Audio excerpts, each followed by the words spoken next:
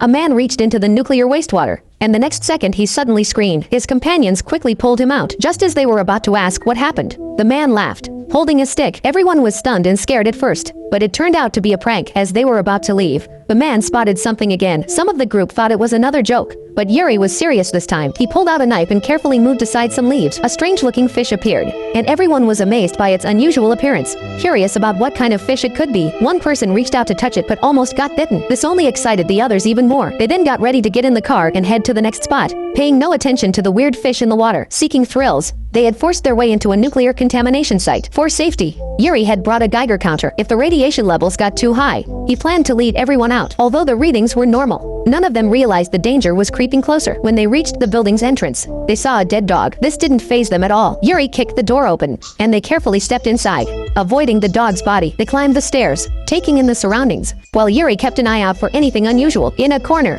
Yuri found a pile of freshly extinguished charcoal but didn't want to alarm the others, so he just kicked it aside. Then he told everyone it was time to leave. They had to be back at the car before dark. Just as one man was about to move forward, Yuri heard a strange noise and signaled him to stop. Curious, the two went to check it out. Yuri told the others to stay quiet as loud sounds came from ahead. The group cautiously followed behind. When Yuri entered the next room, a mutated brown bear suddenly charged out, but the bear didn't attack the people. It seemed more like it was running away from something. Terrified, the group quickly fled the building. Outside, they were still catching their breath, amazed at how intense the adventure had been. Yuri explained that he'd been a tour guide for 5 years, and this was the first time he'd ever seen a mutated bear. Then he laughed and told everyone to get in the car, but when they tried to start it, the engine wouldn't turn over. Maybe they were out of gas, but they had filled up before coming. The engine seemed fine, so Yuri popped the hood to check and found the wires had been chewed through by something. Nick asked what kind of animal would bite through electrical wires. Yuri looked worried and tried to call for help, but no one answered. Night fell quickly, and tensions rose as the group started blaming each other. Suddenly, a noise came from outside, making everyone tense up and look toward the window, but the sound was like a baby crying. Yuri grabbed his weapon and stepped out to investigate, with Nick following closely behind,